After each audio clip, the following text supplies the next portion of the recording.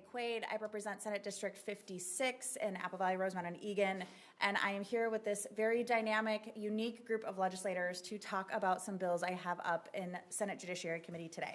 I want to say up front, I am no Luddite. I think a lot of people in this room would know that I am a prolific social media user. Like many millennials, I'm an early adopter of technology. And in fact, millennials are what we call the bridge generation because we were raised as we bridged from analog to digital. I believe in the power of technology to make huge leaps in protecting our environment, advancing health sciences, and connecting people across differences and distances. So I say all that to say I don't hate AI. If it's done right, the promise of AI and other technological advancements could be tremendous. But the way that consumer-facing AI has been rolled out is a 5-alarm fire for our society and has devastating consequences and deadly consequences for both humans and our constitutional rights. Companies are using AI to bulk deny insurance claims without human review, gather enormous amounts of data that are used to surveil people and set different prices on consumers' desperation. Generative AI has destroyed people's lives with fabricated pornography, child sexual abuse material that's indistinguishable from real footage. Corporations have created chatbots that start sexual conversations with kids, affirm paranoid psychoses, and encourage suicidal ideation. And our constant data surveillance threatens our actual constitutional rights to move freely and live freely in our state. We cannot accept this, and we don't have to. For decades, tech companies have told legislators and the public that damage and destruction for their unregulated products is a necessary byproduct for growth and innovation. We no longer accept that narrative. The bills I'm presenting in Judiciary today will not stop technological advancement. They'll make sure that AI doesn't traumatize more people, push them to self-harm, or rob them of their constitutional rights. I'm proud to be working in a bipartisan manner to protect kids, consumers, and our freedoms and liberties across Minnesota. I do hope we see action on the federal level, but in absence of their action, state legislators step into the gap. And with that, I will introduce my colleague, Senator Eric Lucero. Good morning and thank you. So, Eric Lucero, I have the privilege of serving District 30, which includes the areas of Albertville, St. Michael, Otsego, Elk River area. And I do cybersecurity for my professional career. That's what I do outside the legislature. And at my entire time in the legislature, which has been in my 12th year now, I have long said the law is not keeping up with technology. Technology has been innovating since the beginning of time. And as that technology is adopted in the private sector for use and in the public sector by government, it can create a direct threat to our individual liberties, which is why I'm supporting some of these bills that have strong bipartisan authorship and support. I'm not a co-author and I don't support all the bills up here, but the conversation regarding artificial intelligence and other technology is one that is strongly bipartisan and is one that we need to continue to have. So I'm going to speak directly now to the reverse warrant Senate file. And so we know that our founding fathers architected our great republic around the fundamental truth of unalienable rights, which includes life, liberty, and the pursuit of happiness. Our founding fathers understood that the purpose of government is to secure these rights against abuse, and that includes against government itself. So our founding fathers included the Fourth Amendment, which explicitly protects against unreasonable searches and seizures against persons, houses, papers, and effects, except and unless there's a warrant that's supported by oath or affirmation that describes the particular place to be searched and the particular person or things to be seized. Reverse warrants are the antithesis of that. They lack these fundamental principles. Now, that's not to say that our professional men and women in law enforcement are bad, but it is to say that as technology continues to innovate, that we need to keep the law up with that technology to protect our fundamental rights, which have been there since the core of the founding of our great country. And with that, I will turn it over to my colleague, Senator Bolden. Good morning. I'm State Senator Liz Bolden. I represent the Rochester area. Artificial intelligence is currently a technological Wild West. If we're going to embrace this technology, and there are reasons to do that, there need to be clear guardrails and standards for the use of it. As democratically elected representatives of the people, our responsibility is to ensure that these things are used to benefit our constituents, not greedy corporations looking to squeeze every dollar they can from working class families. AI is not some sort of perfect, benevolent, flawless entity. It is only as competent and considerate as the people and corporations who program it. Our job is to ensure that it's being put to good use. There may be a place for these technological advances, but surveilling Minnesotans in a way that is intended to maximize profits, trying to get a few extra cents here or another couple dollars there, is not helping the public in any way, and we must have safeguards in place. So my professional background is in healthcare. I'm a registered nurse, and so I'm going to speak about my support for one of the bills that will be heard today around not allowing AI to be used in the denials in the prior authorization process. Minnesotans are already frustrated and stressed when their healthcare claims are denied, and that happens often. Imagine how you would feel if it was a robot who denied your coverage and got it wrong. Now you're on the phone with another AI customer service representative trying to explain that a different robot messed up your care. Minnesotans know this would be a headache at best. At worst, it could mean unnecessary financial nightmare or a life or death situation. Nobody wants that. Healthcare is a human-centered industry. Patients, doctors, nurses, and family members all rely on each other. Inserting AI into that equation presents numerous problems that could derail a patient's whole recovery. Healthcare is a human right, and we ought to treat it as such by providing it for everyone. We don't need an AI roadblock getting in the way of people's care. And with that, I will turn it over to Chair Latz.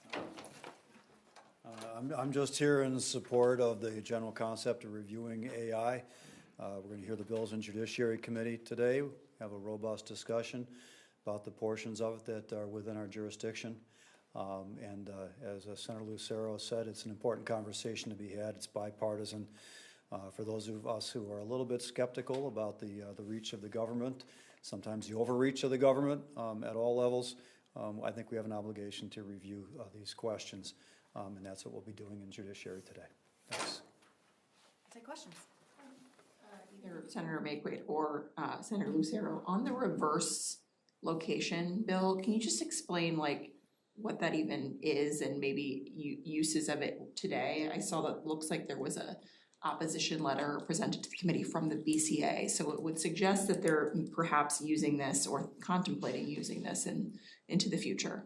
Yeah, so it's a very good question. The first thing I'll say is the BCA and the chiefs of police and I have had a very good, robust, ongoing conversation about this bill to make sure that we end up in a place where everyone feels we're balancing constitutional liberties with public safety.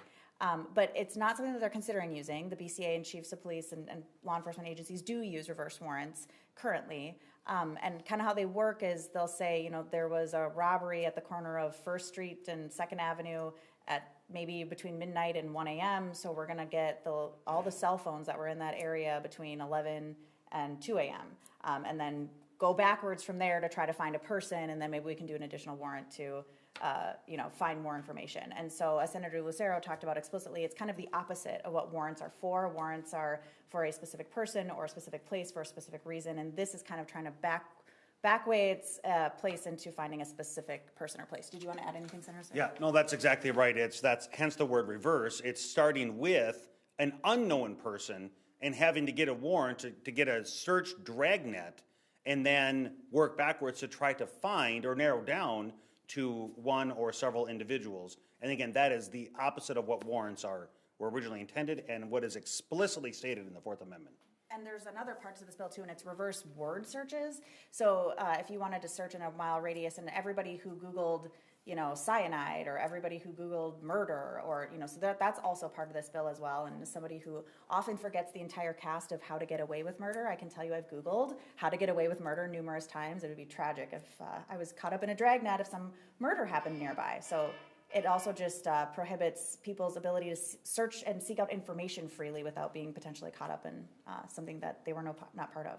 As far as the conversations with law enforcement have gone on that you mentioned, I don't know, is there like a middle ground that you found that they've discussed of maybe we could tweak this bill to not outright ban this thing that we're using, but make it a little more workable or something along those lines? I think part of the conversation today in committee is going to be having that full conversation in public with the committee members to talk about what does that look like, what are the concerns, but there are really serious constitutional concerns that brought this bipartisan bill forward, both here in the Senate and in the House. And so we will continue to have those conversations. We deeply respect our partners in law enforcement and want to make sure we have all the information and feel really comfortable as we move forward.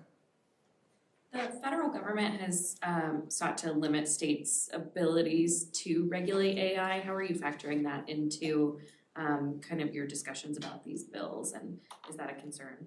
So, I mean, the federal government, particularly the administration, has worked to do that. But what I can tell you is that across states and across party affiliation, state legislators are working to regulate big tech and AI because we are the ones who see what's happening in our communities. So I work with Republican Governor Spencer Cox of Utah. I work with Democratic Governor Maura Healey in Massachusetts, right? So this really does span the political spectrum because the harm doesn't know a political party.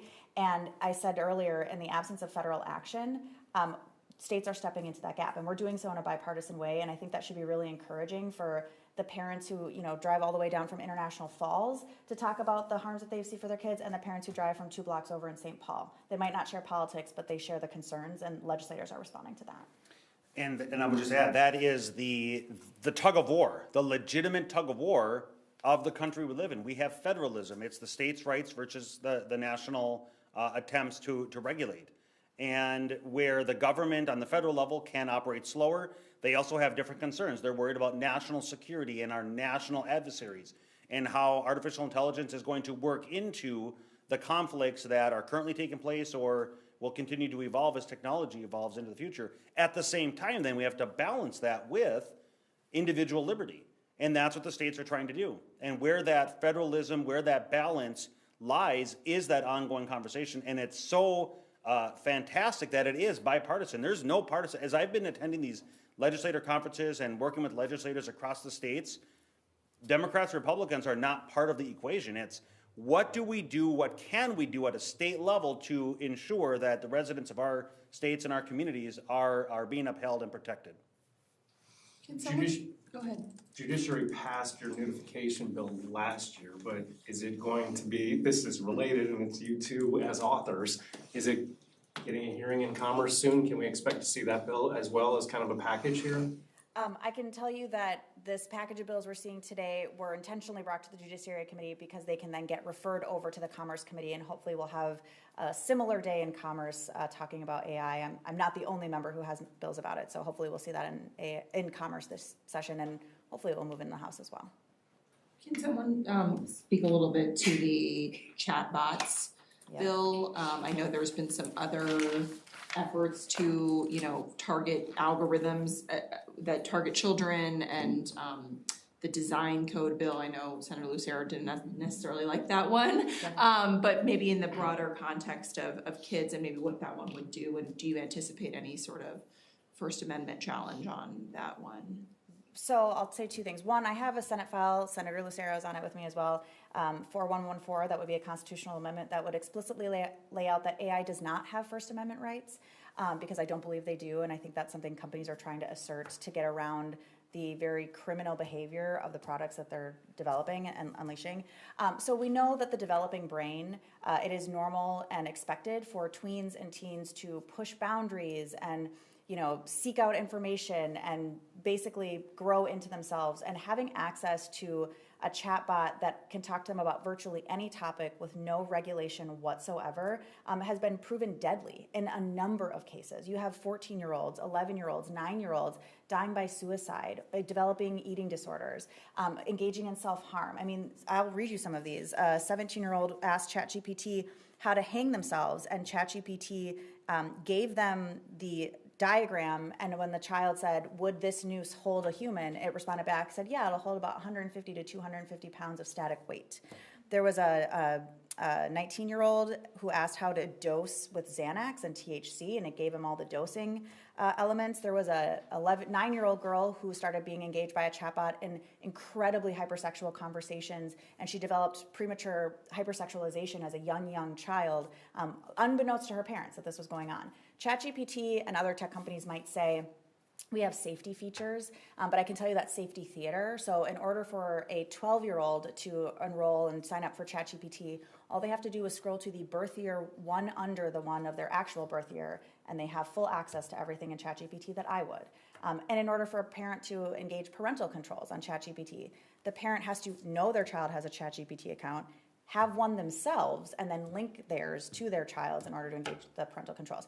Tech companies have shown time and time again that they are unwilling to regulate themselves and actually provide safety for consumers, especially children, and that's why you'll see this bill today. It just straight up prohibits companies from allowing minors to access chatbots. They are unsafe completely. There is just nothing safe for the developing brain. Is there, I mean, you could say if they didn't have access to a chatbot, they could use TikTok search feature or Google and find some of the same information. Yeah. What, I guess, the distinguishing factor for you between the chatbot and some other search engines? It's a great question. So there's two features to chatbots that make them unique to maybe just an average Google search or a search function in TikTok. One is that it's conversational. So it mimics the pronouns, feelings, opinions, and expressions of a person.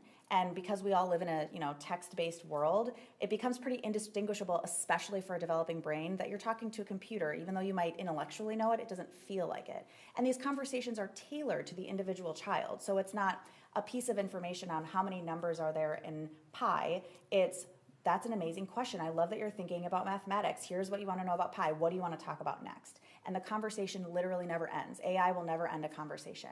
That is incredibly addictive. It's addictive for adults, but it's especially addictive for kids. And so that's the distinguishing part between seeking information and seeking essentially what is mimicking a relationship. And that is what has become so damaging for young people. Could we hear a little bit about, I guess, sort of the environment around AI and how that's changed since this first even came onto the scene in the legislature a couple of years ago? I mean, this is a very rapidly evolving industry. How have the conversations that you guys are having with colleagues changed in the last couple of years even? So I'll speak for myself, and then I would love Senator Lucero to jump in. I mean, the first thing to know is AI chatbots in particular are younger than my daughter. She's 3. And so this is not technology that has been around that long, and yet we have seen so many deaths, so many people losing their jobs, getting divorced, going into psychosis, that we should really take pause here and say, okay, this isn't working. What do we need in place to make sure that there's some safety measures? How that's changed, I think, is, I had this chatbot bill last year. I think at the time everyone was like, okay. And even between last session and this session, the number of stories we've seen, the number of lawsuits filed, the regular day-to-day interaction that members have has certainly changed too. And so, it's one of those things where I think I was right, but just early. And that's what tends to happen with some of these tech bills. But I think we need to look at what frameworks do we already have in law that we can then say, it's already a crime for an adult to talk to a young person about sex and lure them into a sexual relationship. It should also be a crime for a tech developed by an adult to do that to a young person, right? So we do have these frameworks that exist in law already, and it's just applying it there. So when I entered the legislature back in 2015, I was one of only 2 IT technology or practitioners in the legislature out of 201 legislators that I'm aware of anyway. And my conversations at that time, I would watch my colleagues' eyes glaze over within 10 seconds of trying to talk about technology of any kind. Because there's a universe and a myriad of ideas out there that everybody else is interested in. Technology was on the lowest of the priority list. As the years have gone on, people have seen as technology has continued to evolve and innovate, as social media has become more prevalent, as the consequences of the use of this technology and certainly the threat, the risk to our privacy as these billion-dollar companies are harvesting data on us, much of it without our consent or even knowledge. The next step then is artificial intelligence. And as this progression of years in my time serving in the legislature has transpired, I've seen my colleagues now it's no longer a glazing over of eyes, they are genuinely concerned, and hence you see the bipartisan conversation and legislators up here. Because there's a recognition that we need to do something to bring controls in place, to uphold the Constitution, to protect privacy, and to empower individuals against these billion-dollar industries, multi-billion-dollar industries. And one of the things that I've done in my time is most of what we're discussing here, it already exists and it's very mature. We've been discussing it for hundreds of years or thousands of years along of human history, of passing laws and ordinances, and we have constitutional rights, and We have all kinds of processes in place with these actions in the physical space. But now, the only thing that's different here, the actions, the concepts are the same. It's the means by which they're interacting with us is the only thing that's different. It's a digital space now instead of a physical space. And so taking those concepts and putting controls, justifiable, rightful controls in place by government to protect the same thing that we're doing in the physical space, whether it be adults or minors, and applying that in the digital space to similarly protect adults, minors, and everyone across the board with this unequal playing field that's rapidly moving and innovating faster than the law can keep up with in many places. But that's why these conversations are important and why we're here today. Is it fun having Senator Lucero and Senator Maye Quade say essentially, you won't even know which one of us said the quote if you don't attribute it. Any other final questions? Senator Lucero, you said you don't support all of these bills that are being presented in committee today. Can you talk about the ones that you have questions about or reservations about? Sure. The two that I am not a co-author on and that I have reservations about and hence not a co-author are Senate File 3098, and that's the dynamically setting of prices. And then I don't know the details of it, but it's the short description is usage of artificial intelligence in the utilization review process prohibition. So I don't know the details of those offhand, but I'm not on those. The ones that I am in support of is obviously the one that I mentioned, the reverse warrants, the disclosure when we are discussing or interacting with artificial intelligence, that should and absolutely must be disclosed. And then the last one is the recreational purposes of, so the minor access, disclosure in general, and then having controls in place when minors are acting with the chatbots, as Senator Maye Quade highlighted. So you're not necessarily against the other two as much as you don't know enough about them to say that you support them or you don't support them? At this time, I do not support them. Okay. In their current form, I do not support them. Can you explain why? Well, one of them is dynamically setting up pricing. So one of the things that we have to be cognizant of is that dynamically setting up pricing is a principle that's been going on across many industries for many years. The airlines is one of those that I can think just right off the top of my head. The prices are fluctuating seats all the time. That's being done by some method. I don't know what algorithm it's being used. By applying that same principle to artificial intelligence, I'm just not comfortable at this time putting that prohibition in place. I think there needs to be some more work done. But again, I'm not here to discuss why I'm opposed to certain bills. I'm here to discuss why I'm in favor of these bills that we definitely have alignment on.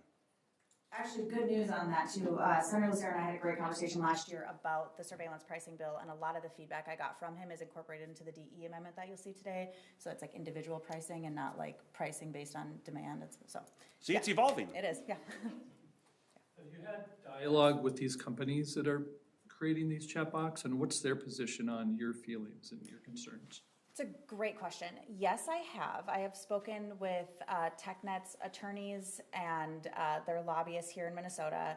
I think on some of these bills, I think that we can get them to neutral. On some, I think that, and the hard thing about TechNet, right, is that there's many, many companies that are represented in it, and some are affected and some aren't. And so as a organization, sometimes they don't have a position because they don't share positions with inside. But I am having conversations and ongoing conversations. I think they might fundamentally disagree with some of the assertions that like chatbots are harmful for minors. Certainly, I think the evidence has shown out that they are. I think, this shifts the burden to them to being the ones to not allow minors to access chatbots, not on parents or on the minors themselves. But we'll continue to have conversations and make sure that this is the best bill it can be. But I can say quite honestly, and Senator Lucero referenced multiple times, these are multi-billion-dollar international corporations. I highly doubt that strong regulations that protect people are going to make them very comfortable. Because if they did, they would have done them already. So I'm okay if they're uncomfortable with the bills.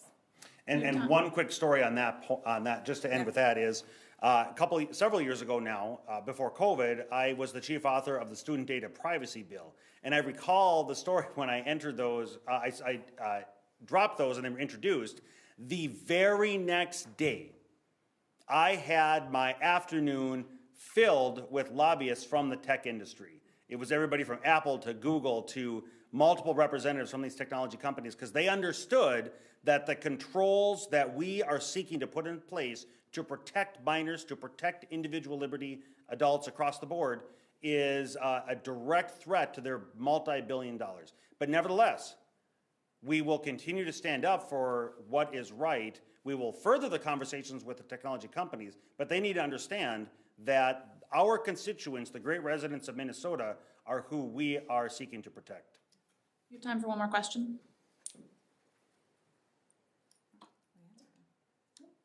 Thanks, everybody. Thank you, everybody. Yeah, nice job.